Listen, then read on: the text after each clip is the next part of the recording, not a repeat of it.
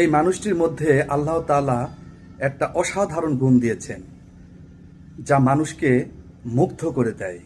তার কথাগুলো শুনুন, আপনিও তার প্রেমে পড়ে যাবেন।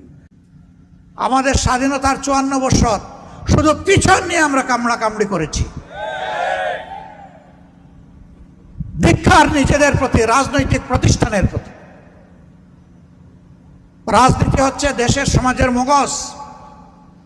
এই মগজ যখন পরিচ্ছন্ন থাকে, ঠিক থাকে, শক্তিশালী থাকে, এ মগজ যখন মেধাবী হয়, জাতি তখন উপকৃত হয়।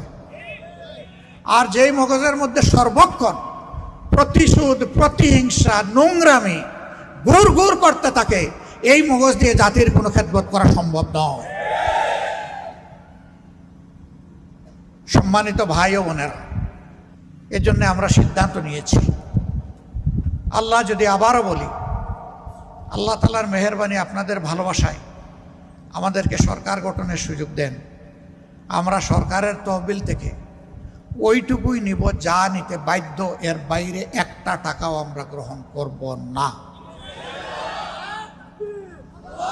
ইতিমধ্যে আমরা ঘোষণা করেছি, আমাদের লোকেরা মন্ত্রী এমপি যদি হয়, তাহলে সরকারি বিনামূল্যের অথবা অতি স্বল্প মূল্যের দামি প্লট আমরা একটাও গ্রহণ করব না।